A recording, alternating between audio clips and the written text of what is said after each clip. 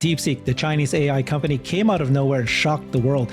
Today, we'll review whether the major tech companies, including Tesla, are in major trouble. First, we'll go over whether DeepSeek's new breakthroughs means that the Chinese automakers and humanoid bot companies can now leapfrog Tesla and get to autonomy and robotaxi first. Ex-Tesla AI executive Andre Karpathy has a lengthy reply explaining what he thinks. Second, we'll review Nvidia's comment, as well as Sam Altman from OpenAI. Are these two in turmoil? Plus, Dr. Kim, a top executive from the largest chip maker TSMC, also weighed in with her concerns. We've got Hans Nelson joining us. He's the guy we go to explain a lot more about these LLMs. He's been following this quite closely. So today we're going to deep dive in whether or not Tesla is in trouble. And this is a long conversation. You've got lots of things to say about this, and it's nuanced. There are parts that Tesla could actually benefit from it. There's parts that Tesla maybe DeepSeek could be able to help accelerate the other progress, but you'll tell us more. Thank you, Hans. Yeah, this is quite the conversation, and thanks for having me. I talked about this yesterday with Farzad for almost 2 hours, and I feel like we really only, just touched the tip of the iceberg. There are some really important things about the R1 model and the architecture of the R1 model that I didn't even touch on with him yesterday that we can actually get into today. So if people have already seen that episode, this will be significantly different than that as well, and get into some pretty interesting insights. And because it's different, I would, if R1 is something that's interesting to you, also I would recommend going and finding that conversation with Farzad from yesterday as well. Yep. What we're going to do today is much more deeper dive on exactly what's going to happen to Tesla. And it's very nuanced. There's a lot of components to it. We'll go through each one of them. So first, there are people who are very concerned, saying DeepSeek is making me rethink about FSD, full self-driving, Tesla. The Chinese may solve autonomy first. I hate to admit it. I mean, this is just, who knows who's saying this, but there are quite a number of people who automatically think that what they heard from DeepSeek, which is this new this new large language model that immediately came out and becoming as good as OpenAI's O1, but much, much less needs for chips and costs to do it, that this means that if they can use that technology, they can then apply it to autonomy. Then there are other people, like this person here, who says, actually, it's good for Tesla. Number one, Tesla, all of their compute can work at 5 times efficiency within the next couple of months. Because DeepSeek is open source, people can understand what they did and how they approached it, their breakthroughs for using to become more efficient. That's going to be good for Tesla because now they can use that as well. DeepSeek may have provided the path to make Hardware 3 work with FSD. One of the things that DeepSeek's able to do is at the inference level, much more efficient, so more power can be done at the edge computer, in this case a car, the computer there. Maybe Hardware 3s can now be much easier to use FSD. Both facts accelerate Tesla enormously. The modes of data, EV manufacturing profitability, and ability to scale manufacturing high scale remain. So regardless if that can help, if actually can help Tesla, but maybe Tesla can't be beaten anyways. And then we're going to go through what Andre Karpathy said. We'll do that just in a short while here. What's your quick comments on what you're hearing so far? On the last two, I would say that it is never impossible that someone could come out of the woodwork and beat Tesla at their own game at solving autonomy first. But for them to do that, it would basically require them to solve AGI in the robot, in the car. And to do that, they would have to have quite a bit of data. Now, maybe they can come up, like if you really solve the intelligence piece of AGI in autonomous robots or autonomous vehicles specifically, you can potentially do that with less data, potentially. But we don't have any examples yet of a system like that being developed one shot from ground zero without involving a huge process of data collection that did involve some sort of humans. And so the classic example of this is when DeepMind beat Lee Sedol in Go with their AlphaGo neural network that was at the time the best Go playing computer program in history. They had to train that on lots of human games. And once they figured out how to do that you have to use what we know through the human experience, and you have to put that into the model as data so that it can learn the first time. Once you have that, then you can close the loop and you can create this completely automated system that doesn't need any more data. And because you can automate it, you can run it a million times over and over again. And then you can do what's called just pure reinforcement learning. Um, and you can train from a whole new system from scratch where it will then play the Alpha Zero version of AlphaGo significantly outperformed AlphaGo, but it did that because when it was a terrible Go playing program, it could play the AlphaGo program completely autonomously. And then eventually they were able to even go beyond that and have some very fun and interesting completely automated training processes. But we've never done that where we didn't have a critical step along the process of building something like Alpha Zero that didn't involve this human data and human based data. So that's the challenge that we're going to have, that anyone who wants to beat Tesla is going to have to solve. They're going to have to do something that's never really been done before. And while this DeepSeek paper is very, very, or not just the paper, but the model, it's very impressive. There's a number of really cool things that they've done. They have not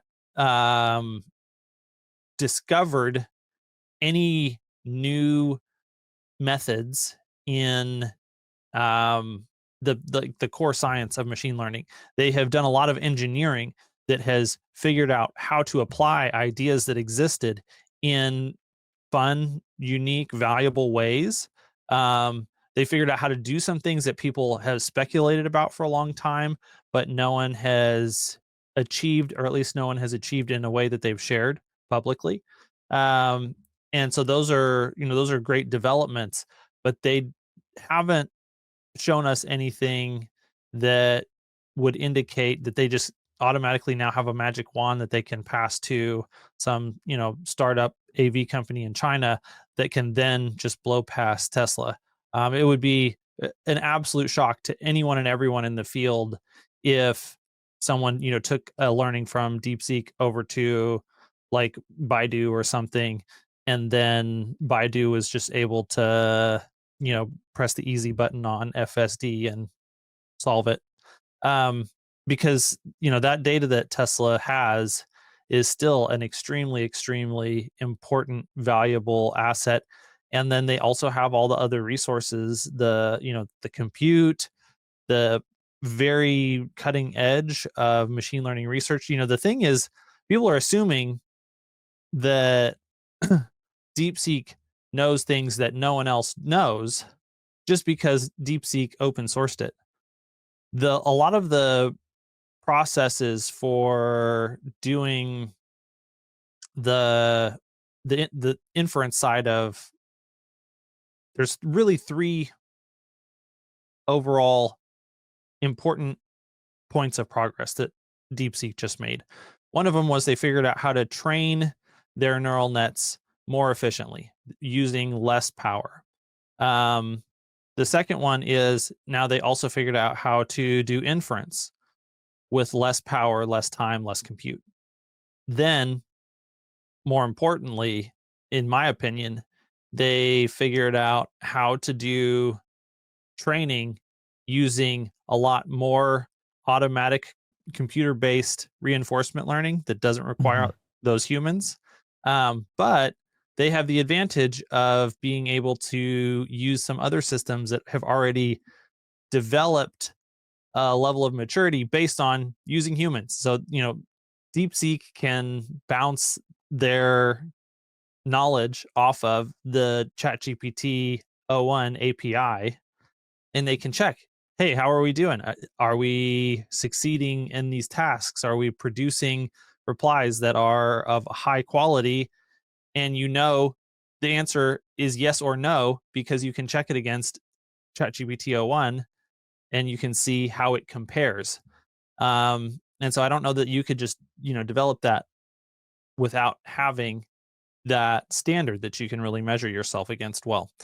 And I could be, you know, not fully understanding how they've done what they've done and the significance of that, but that's my Hmm. understanding. Yeah. So Oh, yeah, yeah. Okay. So the autonomous companies in China, one is Baidu, right? They have 2,000 cars. Then you got Waymo, Google owned here. They have 1,000 cars, and they're capturing data, but it's still minimal yeah, it's nowhere on the scale of of what what Tesla's capturing, Tesla's and they been certainly doing don't for have the 12 years. maturity of the Yeah. system of being able to find what specific piece of data do you need to put into your training set. Because Tesla has the ability to gather 1,000 times more data Yeah. than they actually put in the training set when they go ahead and tell the Cortex cluster in Texas, okay, take this data, now figure out how to learn the patterns from this data and spit out an artificial intelligence driver on the other end. Okay. Yeah. And So I think, right, you've yeah, spoken to a number of, we're going to read what Andre Karpathy said. He's the ex Tesla vice president of autonomy. He weighed in on this as well. But in general, what you're saying is that in order to solve autonomy, you still need massive data. You still need the massive computer to be able to absorb all that data, which comes in the form of video. And then from there, you might be able to use these breakthroughs that DeepSeek did to actually increase and speed this along. So it is helpful what they did to other autonomous companies, and we'll talk later about the inference breakthrough, needing less inference, which is the computer at the, let's say, the car in this case, or the bot, what they can do, but they still need this. Is it yes. just to very clarify that that's your understanding That's from my talking to? position. And Yeah. the point that I was driving towards on the inference side, the inference training efficiency things that DeepSeek has done, and the training efficiency things that DeepSeek has done, we don't know that Tesla has not figured out similar Yeah. things because Tesla is not open sourced. And one of the things was the reason that DeepSeek was able to figure, or not able to, the reason that DeepSeek wanted to solve these training and inference restraint Hmm. problems was because they had massive constraints on the resources that they had access, not massive, they had constraints on the resources that they had access to. And Tesla has had those same constraints. So Yeah. they were up against the same types of problems, especially, trying to fit the model of FSD version 12 and 13 onto hardware Hardware 3. 3. Mm-hmm. That is They've a been working up. massive constraint. So you have to be very, very innovative on how you get that inference computer to do what you want it to do. And so they've had the same type of pressure on them that produced the level The breakthroughs. of Yeah. breakthroughs at DeepSeek. So I wouldn't be surprised Hmm. if Tesla has already, like, if what the rest of the world is coming to learn about how you build these models from DeepSeek are not things that Hmm. Tesla either already knew or at least already had, was well on the way to learning. And so I Or they don't know that can this is like an learn from overnight this. unlock. Yeah. Okay. Okay. Let's look at what Andre Karpathy said. So Andre Karpathy was the previous vice president in charge of Tesla's autonomy. And he said this: I don't have too much to add on top of my earlier post on V3. And I think it applies So to R1 too. Hmm. for the audience, V3 was a paper that, or was some publications that happened by DeepSeek back in In December December. when they were Yep. telling the world, hey, Yep. we've figured out some interesting things. And then the R1 model is when now everyone gets to play with That's a release. Yeah. the Yeah. release of these learnings and see, how good they are. Hmm.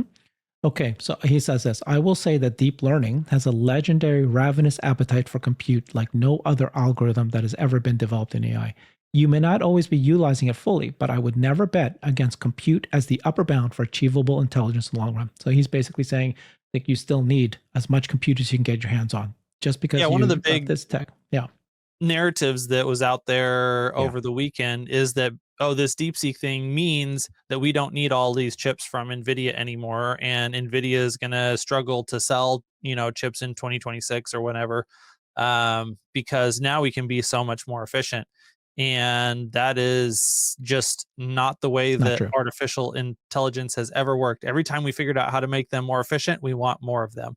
And this is called Jevons paradox. And you can, if you want to go look up Satya Nadella or, Jensen talking about Jevons paradox, it essentially is exactly this, that if all of a sudden, like DeepSeek for ChatGPT o1 type performance just made it 5 times more efficient and way, way cheaper.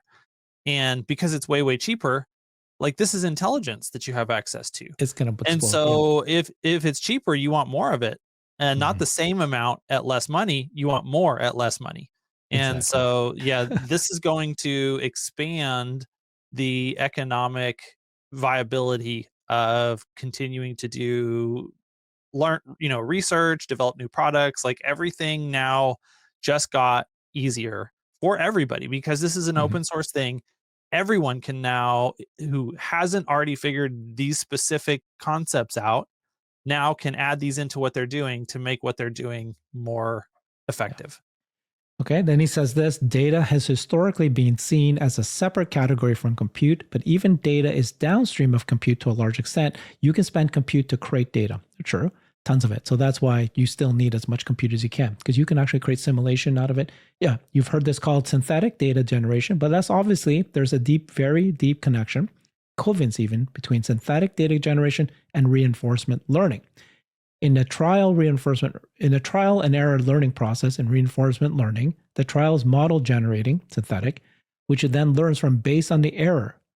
Conversely, when you generate synthetic data and then rank or filter it in any way, your filter is straight up equivalent to a 0-1 advantage function. Congrats, you're doing crappy RL. Can you explain this? Yeah, he's saying that you can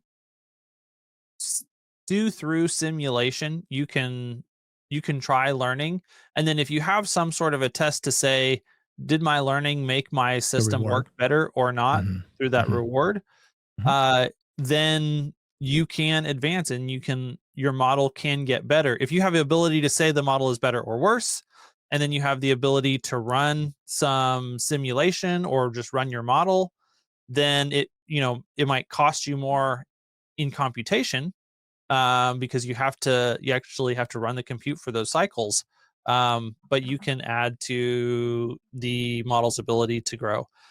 And yeah, this is moving towards the thing that Alpha Zero was able to figure out, is that once you can 100% automate the process of the neural net learning how to do whatever the task is that you're doing. Once you can make it something that runs 100% on the computer automatically, then you are able to do Mhm. then you use whatever your compute budget is to get as good as possible, as fast as possible. And these tasks that are super hard to do, that are, much harder than playing Go, um, you need a very, very large budget of compute to do those things. And Mhm. so there are problems that we want to solve that we have not solved yet, that now being able to do this reasoning and thinking faster, cheaper, allows us to solve new problems. And because we can solve those new problems, and those problems are useful and economically viable to solve, then we will use the compute that already Sure. exists, and we'll Yeah. we'll try to get more next year, Yeah, and the but cycle will continue. Elon has said that synthetic data, you don't have the reward versus real world data. You know that if it's doing it right or wrong, and So that's the that's the difference. test. So having real world data is that's the equivalent 0-1 advantage function that he's talking about. You have to know, did your thing get better or not?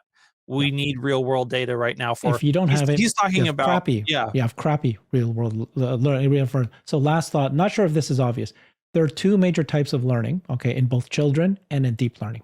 There is one, imitation learning. Watch and repeat. You imitate what you've seen. Pre-training, supervised, fine-tuning. And two, trial and error learning, reinforcement learning. My favorite simple example you've been talking about is AlphaGo. One is learning by imitating expert flair. So the first thing they did with AlphaGo, they showed it videos of humans playing Go, and then they said, be like them. Is reinforcement learning to win the game? Okay, you did it right if you win the game. Almost every single shocking result of deep learning, and the source of all magic is always 2. So that happened, and they showed, well, yeah, it worked. But it wasn't great. It didn't beat the best Go player. They then did number 2, the second sample, which is AlphaGo Alpha, is what surprises you. 2 is when the paddle learns to hit the ball behind the blocks in Breakout. Yeah, the game Breakout, and it knows that it's, if you want to go behind the block, that's where you get the most. 2 is when AlphaGo beats even Lee Sedol, the best Go player. And 2 is the aha moment when the DeepSeek or OpenAI's O1 discovers that it works well to reevaluate your assumptions, backtrack, try something else. So if these systems, these can actually know if it's got reinforcement, it's like learning whether or not it's winning or not. It's the solving strategy you see that's model used in chain of thought. It's how it goes back and forth thinking to itself. These thoughts are emergent. This is actually seriously incredible, impressive, and new, as in publicly available and documented. The model could never learn this with imitation. Okay? Because the cognition of the model and the cognition of the human labeler is different. You can't just have a human doing this simulation or reinforcement learning, or imitating a human. That's not going to teach it this emergent wisdom. The human would never know to correctly annotate these kinds of solving strategies and what they should even look like. They have to be discovered during reinforcement learning as empirically and statistically useful towards a final outcome. That's what he said. So what is he? How does that apply to Tesla? This is something that we have not yet figured out how to do for FSD or for the robot. So the version 1 type of imitation learning is what we're still doing for FSD.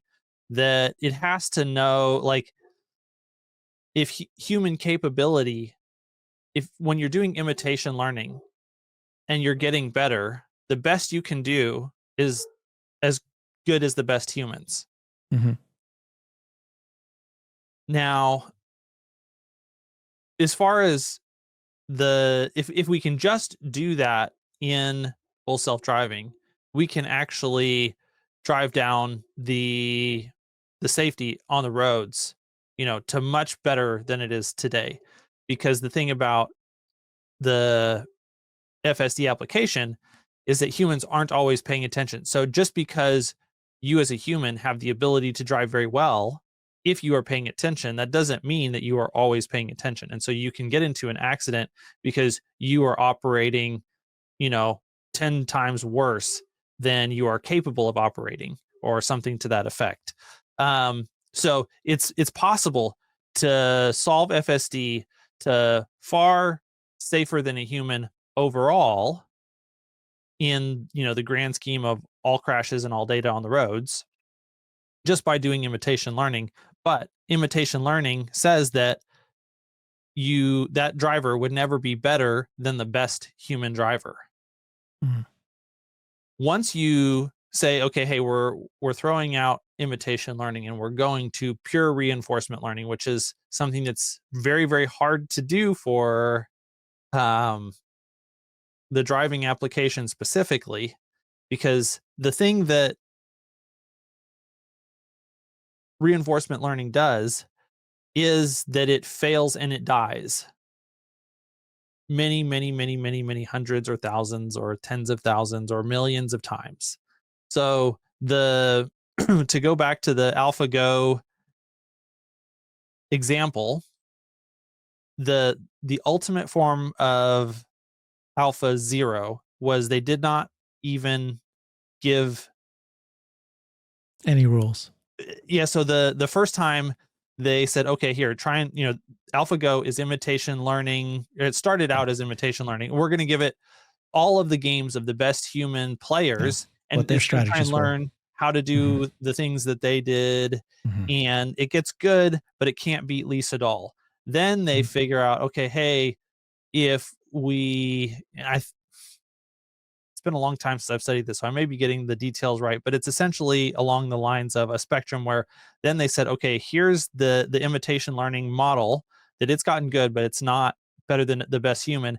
Now we're going to put it up against a blank slate neural net, and they're just going to play each other, and we're going to keep this one, Yeah. the blank slate one is just going to keep trying random things, and it's going to try like every possible for every single move that the imitation learning version makes. The blank slate one is going to make 10,000 Stupid moves. 10,000 At the moves to try beginning. and figure out which one is the best Yeah. one.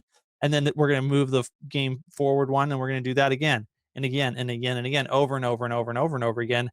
And so it's basically an open-ended search algorithm to find the best thing, but to find the best thing, it does 99.9% stupid, Yeah. terrible things to find the 0.1% amazing things, Then from then and on. then move forward and forward and forward. And so it's like, wow, that finally is able to, using that method, you're finally able to break through the imitation learning ceiling and get to the point where you actually beat Lee Sedol. Like, you are better than the best human. But then the thing that's better than that in Alpha Zero is when you do two blank slate opponents playing against each other. You don't even give it the imitation learning version of the human the best time, and you just let it run in simulation, and you're able to train, you're able to get more performance, you're able to get to superhuman ability even faster than you are able to when you're playing against that imitation learning version. And it is able to discover superhuman moves that no human would ever has ever figured out, in recorded history. But in order to do that, it's like 99.9 with a lot of nines after it, like 99.999999999, like, versions of the software did something that lost and it died. Yeah. So if you're trying to do that in FSD, you can't lose and die. It's not okay to lose and die. And so that makes it harder. You have to do all sorts of weird things to figure out, how do I explore the versions of the software that are different than what the human would do to find the thing that's different and better, instead of the things, the vast majority of all things that are different and worse. So anyways, Okay. that's So this is great. This is great. So this is what my understanding from what you've just said here. And also, by the way, this is what we've heard, people like Ashok Goswami say as well. Okay. That you can't just go direct to this model where it's blank slate and it's computer against computer and they're trying to learn on their own, and all of a sudden it becomes wisdom. You needed to first do the human imitate against the best humans, because that's what AlphaGo did. AlphaGo was comparing it to the best humans. And then they did the best human, that neural net was trained based on the best humans against this blank slate. But in this case, they were able to just do a million wrong things. I think it took several months for them to always lose, because they're doing like worse than a kid, because they're trying everything out.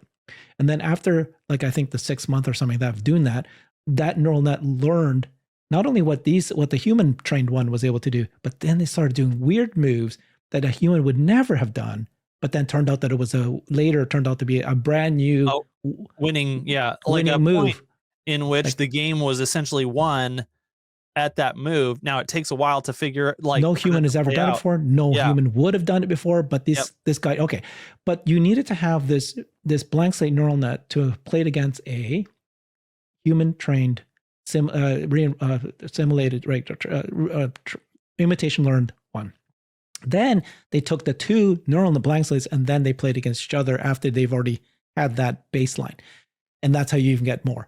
So Tesla is way ahead because they've got right now imitation learning of the best human drivers. And like you said, the way the driving works, it's not going to be as hard to actually get to be equal to humans and maybe equal to the best human driver. But once you actually then say, hey, we want to become superhuman drivers, which is, I think you mentioned to me earlier before this show, you said that the ideal scenario would be that you don't have to keep presenting all these edge cases. that there will be many edge cases that, few humans has ever experienced. Yep. That this neural net has never seen before, never been fed that data, but it knows the context, it knows what to do, it learned it and knows it's got that wisdom of what to do. Okay. That's where we have to get to. But the way to get there is you need these stepping stones, which Tesla's had. You can't get there by just taking DeepSeek, giving it to Baidu, and then letting them leapfrog Tesla. Yeah, I mean, they would have to they would have to invent some new machine learning science in order to take what DeepSeek has done and figure out how to pass what Tesla's doing. And the likelihood that Tesla hasn't already, isn't on the same path to figure out whatever those new breakthroughs will be is low. So it would be a true David and Goliath feat for them to accomplish. You need the data, you still need the compute, and you need the previously trained system, and then you apply this. Okay, let's take a look at what Chamath said there. There's a report that he took a look at. You can explain what that is. But in that report, it says, okay, with DeepSeek's R1, essentially cracked one of the holy grails of AI, getting models to reason step by step. So this is the ability to reason step by step without relying on massive supervised data sets. Their DeepSeek R10 experiment showed something remarkable using pure reinforcement, learning with carefully crafted reward functions. They managed to get models to develop sophisticated reasoning capabilities completely autonomously. This wasn't just about solving problems. The model organically learned to generate long chains of thought, self-verifying its work, and allocate more computation type to harder problems. So it sounds like here, based on that report, that DeepSeek was able to get to reasoning. Now, of course, we're talking about LLM at this point still, but it could apply to FSD maybe. What's your understanding of this?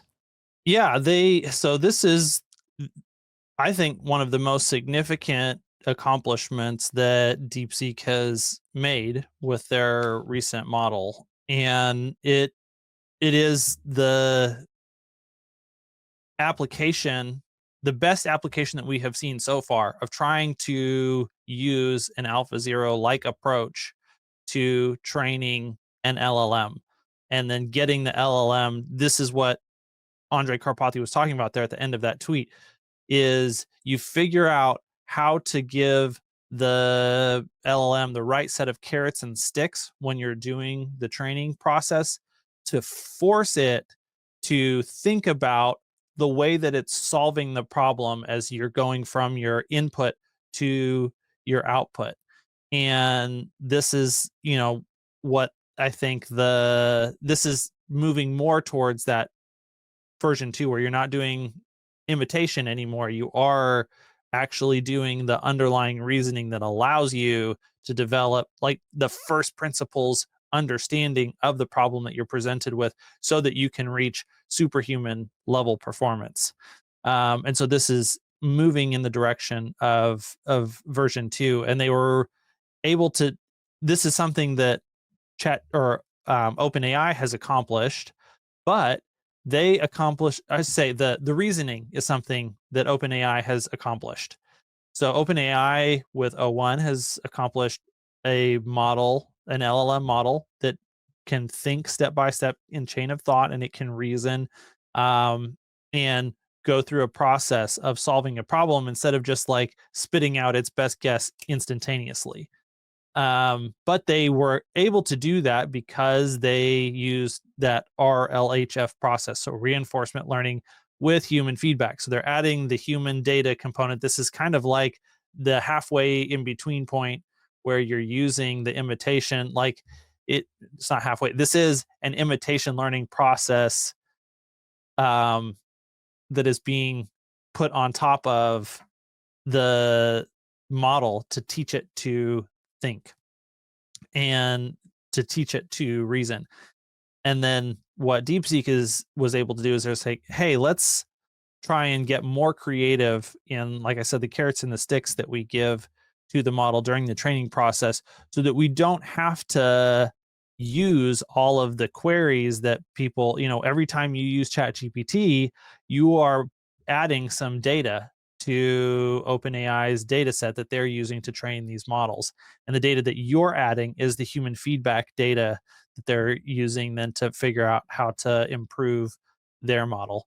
And DeepSeek R10 was able to get that same type of reasoning performance out of their model without having the human data from the queries that gets reincorporated into the data set for training. And that is that's a big step. It does get us closer to um, figuring out how to distill because there is reasoning that is part of driving and anticipating what you're going to see in the future, but it's definitely not clear at this point whether or not that type of reasoning can or will not improve something like FSD. So it creates, I think it does really um, put focus back on the question. How can, how can we figure out how to use this reasoning reward in a context that's not based in language? So in video data, in real world data for Okay, there autonomous you go. vehicles, autonomous Yeah. robots, for them to solve their problems using the same type of reasoning mechanism that we're now kind of discovering, like the frontier research that's going on in LLMs, because those are, completely digital. Like we can try a lot more things. We can really push the envelope on the theory of how machine learning works there. Um, and then it's a lot more expensive. It's a lot more difficult. There's a lot more challenges of doing that with things in the real world, like FSD, like autonomous vehicles, and like Optimus FS or humanoid robots. And so, as we learn new concepts and new ideas about how machine learning works in LLMs, then companies like Tesla and Figure and, people who are using Nvidia's whole system that they announced here recently, can try some of those ideas in their embodied AI projects to see how can we make what we're doing there better. Oh wow. Okay. I mean, I guess right. It's the question is, so first of all, this is what they've done for language, text, and they can do reasoning in text. Does that apply to video data? Does that apply to driving? It should. It probably does. We have to figure out exactly how. And like I said, I think these are the types of questions that Tesla AI has been working on for a long time. There may be a specific nugget of the way that DeepSeek has implemented this that is either an inspiration to a solution to this problem for Tesla AI, or even is directly applicable just by itself Yeah. that could accelerate things. Okay. It's certainly, it is not a step back that we now know more about how to teach a artificial intelligence brain in a new way, or how to do something that we've done before better. So, that's never going to be a lose for FSD or Optimus. Okay. And then one last thing is the inference. So the inference is the compute that's happening at the actual device level, in this case, a car. And one of the things that Tesla is so far ahead of everyone else, pretty widely known, is that they have the best inference compute, even better than Nvidia. Nvidia is very good at training, not necessarily in inference, which is this ability to take just a small amount of code very efficiently, process it so they can know what to do, right, in real time. Um, but now with this new technology from DeepSeek, they've been able to reduce the code as well. So somebody was saying there that, well, that obviously Tesla can do that too. But is that lead that Tesla have now gone? Mhm. That everybody will be able to now compute really quickly at the bot level, at the car level? No, I mean, no one is. So the things that DeepSeek has figured out tell you how to write your AI software that runs in your devices better. to get more Mhm. performance out of less hardware. But the AI 4 computer in all of the current Teslas, even there's not really a better edge inference computer than hardware 3 that anyone else can go buy today that runs, has Mhm. better performance for less power draw. Um, if they want performances that's good, they have to go buy something that uses, like 10 times the amount of energy.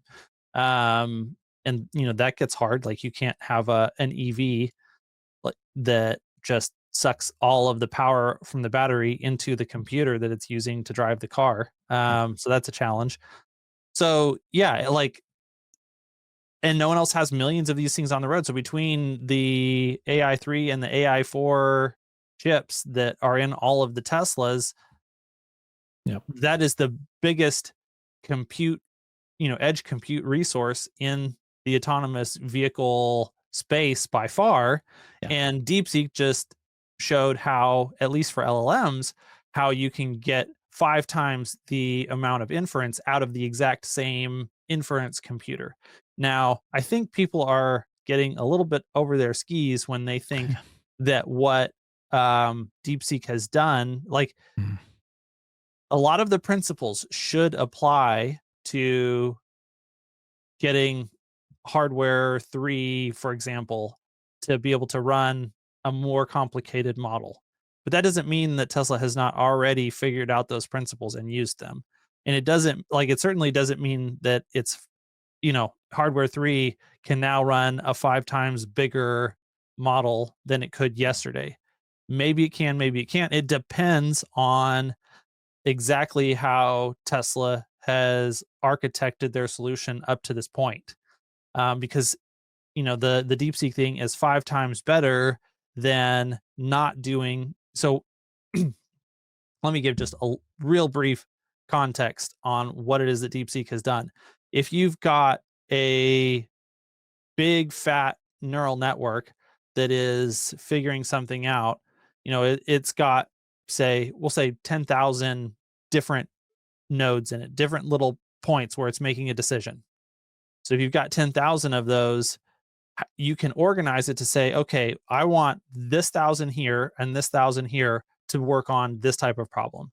And then, you can organize it into bundles of, 1,000 decision point things. And what DeepSeek did is they said, hey, all basically everyone else is they want the whole all 10,000 of these decision points to work on trying to solve this problem, and we're going to pick bundles of them, and we're going to run them all against each other, and then we're going to have like a competition to see who can come up with the best answer, and then we're going to evaluate all of them and give what we think is the best answer on the other end. What DeepSeek said is, no, we're actually going to predict which bundles are going to give us the best answer before we Mhm. run the computation. And Mhm. we're only going to run the 2 different sets of 1,000 decision point Mhm. bundles that we know are going to give us the best answer to begin with. And we're not even going to run any of the rest of them. And we're not going to check if they give us a better answer. And so, because they were able to basically turn off Mhm. 85% or 90% or 95%. It's 95%, I think. Yeah, I think they were able to run 20 times better. So it was with 5% of the computation. So yeah, they were able to turn off 95% of the overall decision points in their entire neural network, just run 5% of them and come out with an answer. And the answer that they come out with is it's like 99% as good as if they had run the entire neural Mhm. network. And so they know where they're going to get the best answer from kind of ahead of time. And that's the brilliance. Now, like I said, that doesn't mean that Tesla hasn't figured out how to do something Or like they can this copy it. already, or Mhm. if they They can follow if it. they Yeah. are copying it, it should be, this is something that should be applicable to, like, it's a very similar this is a sorry. this is a method that works really, really well with transformers. We are assuming that transformers are the way that FSD is still built. If they are using transformers and they have not done anything like this to date, then yes, what Mhm. DeepSeek has figured out might give them a way to be able to run a 20 times bigger model on Yeah. FSD AI3. Okay. But they could be not using transformers, which would make it harder to implement. And they may have already been doing this, which would mean that even if they get better, it's not 20 times better. Right. Okay. And I want to remind people that XAI, Elon's company, actually has Grock, and they're about to release Grock 3. So Grock 3 is the competitor to DeepSeek and to OpenAI's O1. And Elon has been saying that Grock 3 could very well be, it could leapfrog everything else. So even though DeepSeek matched OpenAI O1, Grock 3 could, if what Elon thinks it is, it's going to come out soon. But apparently it's being tested. It's been spotted in the wild. So we'll see if this happens. Grock 3 is going to be what we all use to communicate conversationally with a bot, with the cars. And it's going to be able to help, Well, we don't know if it'll be Grock 3 specifically. It will be Sure. whatever the Grock, most yeah. up-to-date Grock is when they roll it out. So just to, I mean, my point being that if Grock and OpenAI could take a look what DeepSeek did and then match it too, but doesn't mean Grock has already done training, so they probably won't be. Grock 3 is done training right now. They're in the post process of doing whatever little tweaks they want to do before they release it to the public. So there's a couple of options. If there's something that they learn, well, and like I said, the V3 paper was released back in December. Yeah. And so it could have been that when the V3 paper was released, they realized, hey, there's some stuff that we actually should go ahead and bake into Grock 3. And this could be because remember, the original goal was that we were going to get Grock 3 in December. So right. Interesting. This Why could did it be delay? part Yes. of the delay, or it could just be that, They want things more are running compute. behind because, Elon's always optimistic on timelines. We don't know. But if there's something that they have figured out from the release of R1 that they didn't already know from the paper of V3 back in December, they could decide to do some updates to Grock 3 before they roll it out, and it could take us a little bit longer, or we could see an absolutely incredible breakthrough state-of-the-art model in Grock 3 get released to the public very, very soon. It's going to be very informative one way or the other. If it's only as good as R1 or O1 and it can't get to that O3 level, that's going to be a little bit disappointing. But it's highly possible that it actually becomes the first non-OpenAI model to surpass even OpenAI's frontier. Like if Grock 3 is better than O3, it will be the first major LLM ever to surpass OpenAI's best model. All right, let's talk Nvidia, and we'll talk OpenAI, and we'll talk TSMC, which has some very interesting comments that they made, the executives there. So first of all, Nvidia, their market cap dropped yesterday by $610 billion. This is the biggest single day market cap drop in history. You can take a look at this list that Sawyer put together of all the times other companies have fallen in one day drops. And you can see Nvidia, obviously very, very, very volatile. It also rises quite a number of days too. But you've got these are the biggest one day drops. 610 is by far the largest drop ever. This is their statement. It kind of felt like their statement was kind of a nothing, didn't really say anything. Just DeepSeek is an excellent AI investment and a perfect example of test time scaling. DeepSeek's work illustrates how new models can be created using the technique, leveraging widely available models and compute that is fully export control compliant. Okay, so I'm basically saying anybody else can copy this too. Inference requires significant numbers of NVIDIA GPUs and high performance networking. We now have 3 scaling laws: pre-training, post-training, which continue, and new test time scaling. So Okay. And then Nvidia, that's the stock. You can see the still up, obviously, since what am I looking up here? It's 118 as of yesterday. This is the drop. You can see the drop from the 1 day look. This is about Sam Altman. 17%. 17%. And that's going back to the size of the $610 billion drop. A 17 to 20% drop in 1 day is large. It's common, definitely but it not happens. the largest. Yeah, it's not that uncommon in tech stocks. And so it's just the dollar something value that happens to tech stocks, and Nvidia happens to be, basically the biggest company on earth in market cap. And so, the $610 billion is more a reflection of Nvidia's overall size than anything else. And then this is what Sam Altman from OpenAI said. DeepSeek's R1 is an impressive model, particularly around what they're able to deliver for the price. We will obviously deliver much better models. And also it's legit invigorating to have a new competitor. We will pull up some releases. So it's now competitive. He addresses it. But mostly we're excited to continue to execute on our research roadmap and believe more compute is more important now than ever before to succeed our mission. The world is going to want to use a lot of AI and really be quite amazed by the next gen models coming. Look forward to bringing you all AGI and beyond. What's your thoughts on his reply?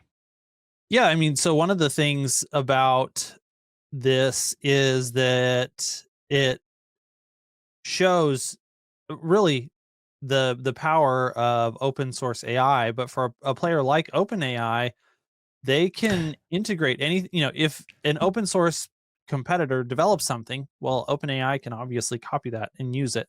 And OpenAI is going to, so like there's one dimension of what Sam is saying that he has to say, because obviously you can't come out and say, oh, my entire company is just in trouble up a creek now because of what DeepSeek has done. But legitimately, I don't think that OpenAI is up a creek. Microsoft is deeply invested in trying to develop a new moat or a new lead or new capabilities in AI that other people don't have. So is Google. That's why Google has Gemini and DeepMind. So is Facebook. That's why Mark Zuckerberg is spending so much money on the stuff. So does the Chinese government, which is why they are very supportive of DeepSeek. So all of these players, they have deep interests. Like they have literally trillions of dollars on the line to make sure that they don't lose this competition in AI. And Microsoft is OpenAI is Microsoft's horse in the race. And so they will continue to pour in resources to Sam Altman and OpenAI to allow them to continue to do stuff. And they have done a great job of, pushing the state of the art and continue to. This R1 model did not surpass O3. So OpenAI is still in first place. And now OpenAI can take everything that they just learned from the DeepSeek process and apply it to what they're doing to make what they're doing better and faster. So, there's nothing here that says that OpenAI is 100% dead. No, but I think they're in trouble. So clearly what happened, that's my understanding, okay? And obviously it's conspiracy theories, but a lot of signs point toward this. DeepSeek is owned by a hedge fund, okay? And stock fell from Nvidia by $610 billion. DeepSeek is very likely funded by the government, the Chinese government. The Chinese government was restricted of getting chips, but clearly there's ways around it. We know that they did not just use 6 million, just 2,000 GPUs. No, they had a previous paper where they showed that they used 10,000 A100s. And there's people out there now, executives of other AI companies, who are saying that there is definitely, that they probably use 50,000 H100s. Even Elon yesterday said that's obvious that that's what they did. So the Chinese government and DeepSeek comes out, gives you a free LLM that's equal as OpenAI. Now OpenAI can't charge you $20 a month or $200 a month. Their business model is out of the water. They're going to be spending a lot of money to try to find some sort of business model out of here. Here's Dr. Kim from TSMC. And she said this, she's a top executive at TSMC, which is one of obviously the global lead, chip foundry out there. DeepSeek release date was not a coincidence, as well as overlapping with the US holiday and President Trump's inauguration is also Chinese New Year this week.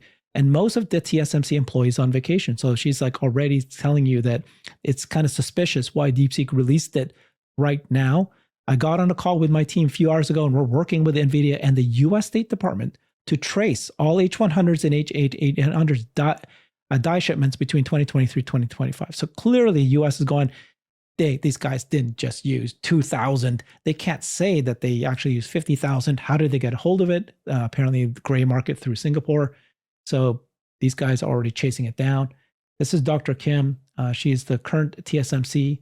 She's worked there, all this. And so she is one of the researchers there that's responsible for this.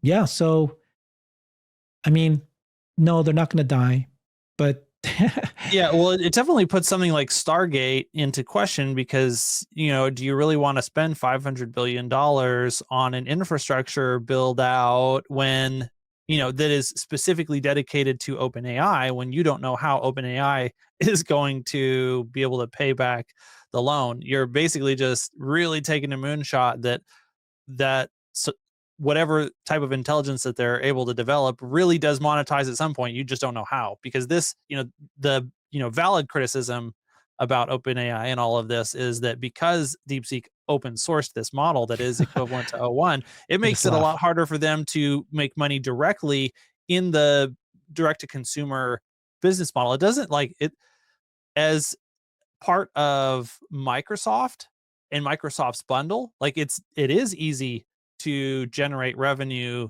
inside of the walled garden of MS365. And so that's a revenue source that they'll have access to. Like Microsoft's not building O1 or not R1 into MS365 as the core foundation model. Like that's never going to happen. And so now, like you said, it is limited. That's not, you can't necessarily monetize that at a level that justifies spending, $500 billion on compute. So that gets harder. I just find I laugh every time you say that, because obviously OpenAI is not open, and the Chinese DeepSeek is the one that comes out with an open source thing. It's great. Yeah, closed China is open source AI, and then OpenAI open US AI is closed. It's hilarious. Okay, so a couple more points I want to make here.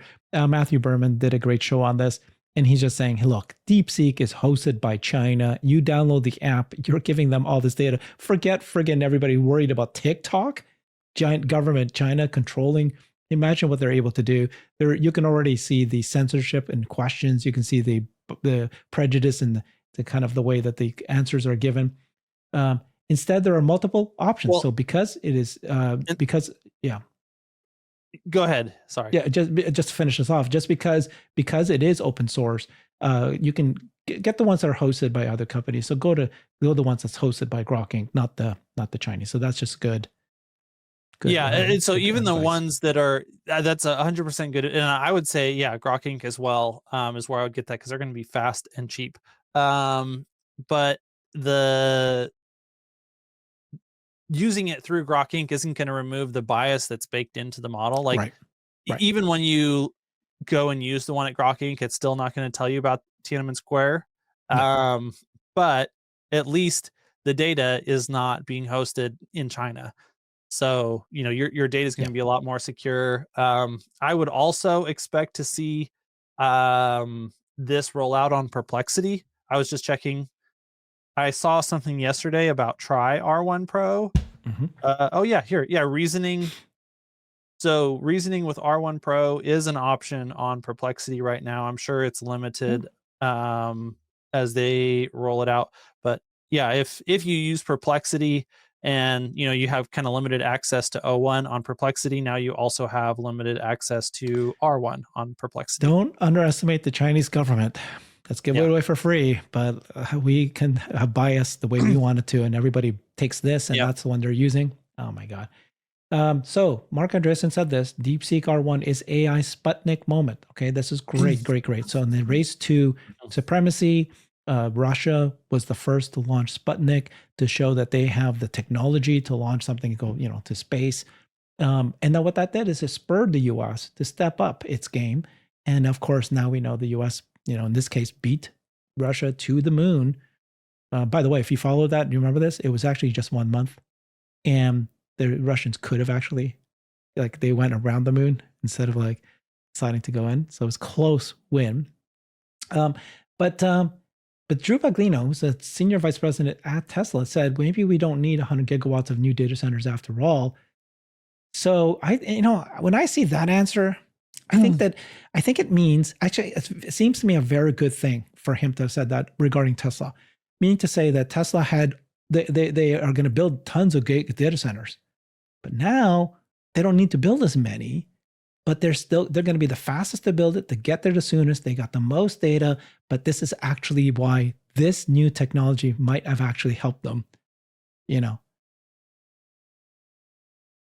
it's hard to say. I mean, this is kind of something that contradicts Jevons law that we talked about earlier, that, if it's cheaper for us, we may want more. Like, maybe it's not 100 gigawatts, maybe it's just a terawatt now. But the power is still going to be, we're still only going to be able to we're already going to make as many chips as we can make.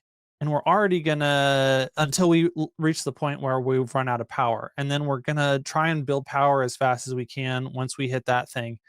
And I think I disagree with Drew that it changes the speed, that anything that we've learned changes the speed at which we're going to do those things. It just means that as we're doing that we can accomplish more with AI while we're trying to scale our compute and our power as quickly as possible. That's my take personally. I think that it's not going to have that big of, and the other thing is it makes it easier. So this is why I think that this is the specific mechanism that's going to cause this is because it lowers the bar for competitors to come in and try and get a piece of the pie. And when you lower the bar, the barriers to entry for competitors and you get more competition, it actually accelerates